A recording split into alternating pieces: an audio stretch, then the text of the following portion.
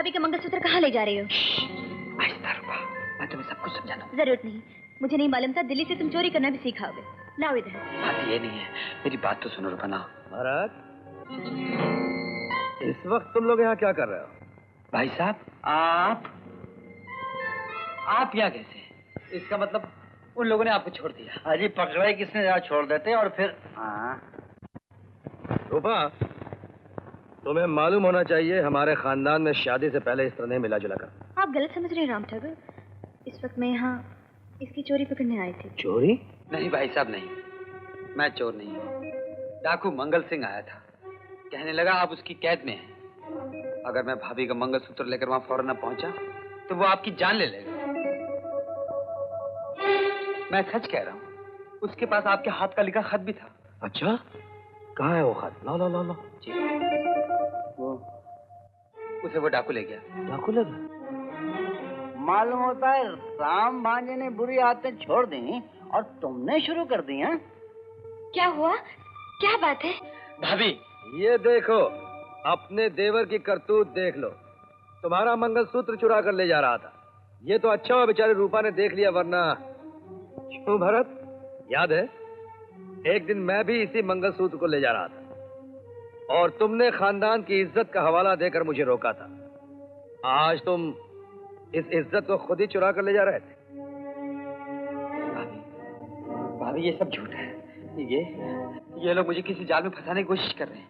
नहीं नहीं नहीं नहीं, याद करो भांजे, जंगल में शिकार खेलते हुए देहाती लोग क्या कह रहे थे कि भरत सिंह की शक्ल का एक डाकू इसी इलाके में छुपा हुआ है। यानी कि बहू वो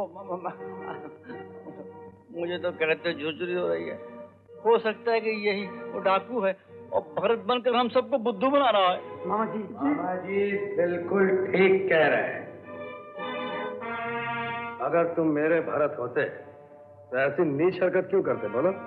जब से दिल्ली से आए हैं बदले बदले मेरे सरकार नजर आते हैं। हाँ राम ठाकुर, मुझे भी ऐसा लगता है कहीं भरत के बजाय उसका हमशक्ल तो नहीं आ गया। क्या ये तू कह रही है रूपा? कहने दो भाभी, कहने दो। ये सब लोग मिलकर मेरी असलियत को झुठलाना चाहते हैं, लेकिन सच्चाई ये है, उस दिन जो सपना मैंने तुम्हें सुनाया था ना, वो सपना नहीं था, हकीकत थी। जब मुझे मालूम हुआ कि भाई साहब मेरी जान लेना चाहते, तो मैं खुद डाकू का भेष बनाकर इनसे मिला। इन्होंने मुझे भरत का हमशक्ल समझा और मुझे कहा हम भरत को मारकर तुम्हें भरत बनाकर इस घर में ले आएंगे, ताकि मेरे जरिए ये सारी जायदाद पर कब्जा कर सके। क्यों भाई साहब? अगर ये सच है तो तुम बचे कैसे? इसलिए कि जग्गी ने पिस्तौल में नकली गोलियां भर दी थी। हाँ, अगर आपको यकीन न हो तो जग्गी से पूछ कर देख लीजिए। शाबाश, गवाह भी ऐसा ढूंढा है जो उल्लू का पठा यहाँ से गायब है।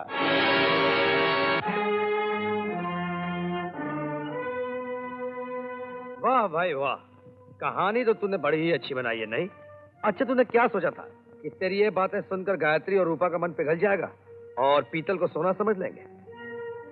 बेवकूफ, अगर तू मेरा भाई भरत होता तो अपने बड़े भाई को खूनी कहने से पहले अपनी जान दे देता। बिल्कुल ठीक भांजे, मुझे तो ऐसा लगता है कि इसने भरत को खत्म कर दिया है और या फिर भरत इसकी कैद में है।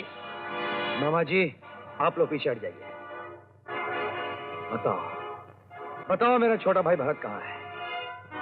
मैं कहता हूँ बताओ मेरा भाई भरत कहाँ है? अगर सरदार पर हाथ उठाओगे तो तुम सबको यही खत्म कर दूंगा। ये वही आदमी है जो कुछ देर पहले भरत के कंधे से कूदकर भागा था। हाँ भाभी, यही है वो डाकू जो भाई साहब का खत लेकर मेरे पास आया था। बर्बाद मत कीजिए सरदार। कौन सरदार? यहाँ हमारा भांडा फूट चुका है, जल्दी से निकल चलो। अच्छा हुआ सरदार के साथ उसका चेला भी आ पहुंचा। बोल तेरा सरदार यहाँ कैसे आ गया और मेरा भरत कहाँ है? अपने सरदार के बारे में मैं एक लफ्ज भी नहीं कहूंगा, चाहे तुम मेरी जान ही क्यों न ले लो। बोल मेरा भाई कहाँ है? नहीं, मैं नहीं बताऊंगा। नहीं बताएगा? ये ऐसे नहीं बताएगा। इधर लाइए चाबुक, मैं इससे सच बुलवाती हूँ। बोल भरत कहाँ है? बोल मेरा भरत कहाँ है?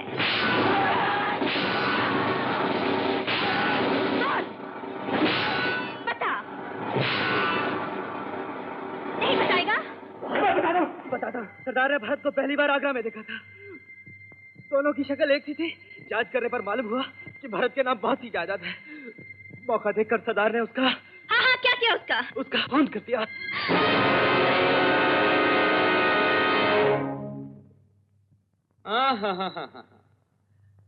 भरत मैं हूँ। ये कमीना भाई साहब का आदमी है जो रुपयों के लालच में झूठ बोल रहा है। खामोश! अब तुम्हारा भेद खुल चुका है। अपने भाई के खून का बदला मैं जरूर लूंगा।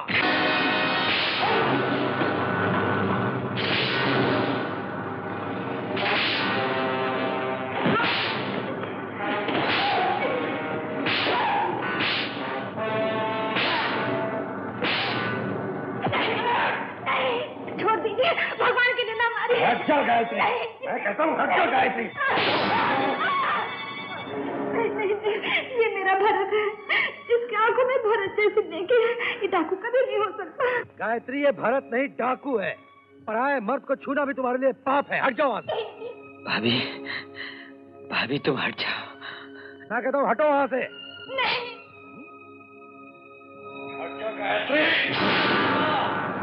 नहीं भाई साहब, आप चाहे तो मेरी जान ले लीजिए, लेकिन भाभी को मत मारिए भाई साहब। भाभी के बच्चे।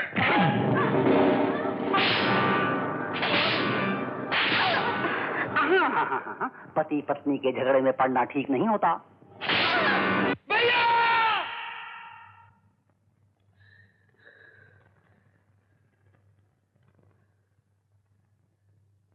जिंदगी भर मैं तुम्हारे हाथों मार खाता रहा और चुप रहा,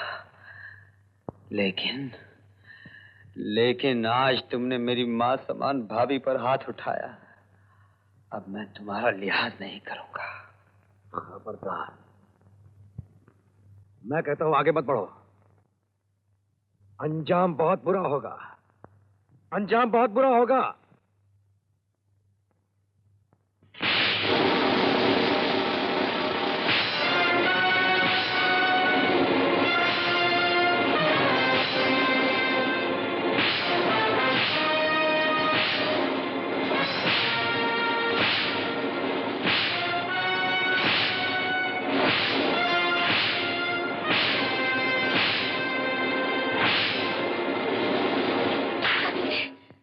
मेरा भरत कभी नहीं हो सकता। भाभी, खबरदार जो तूने मुझे भाभी कहा तो मेरा भरत कभी अपने बड़े भाई पर हाथ नहीं उठाता। तू मेरा भरत नहीं है, तू मेरा भरत नहीं है, तू भरत नहीं है, तू मेरा भरत नहीं है। ठीक है भाभी, अगर तुम भी मुझे पराया समझती हो तो मुझे कुछ नहीं कहना। आज मैंने जुल्म के खिलाफ आवाज उठाई, यही मेरा अपराध है ना। लेकिन ये वो अपराध है जिसके लिए कभी तुमने और रूपा ने मिलकर मुझे उकसाया था। क्यों रूपा, तुमने अपनी चूड़ियां उतार कर मुझ पर नहीं फेंकी थी ताकि मैं जुल्म के खिलाफ टक्कर ले सकूं? और आज तुम मुझे पहचानने से भी इनकार कर रहे हो। अच्छी बात है, इंसान जिनके लिए जान देता है अगर वही मुंह फेर ले तो फिर जीने से क्या फायदा? भाई साहब,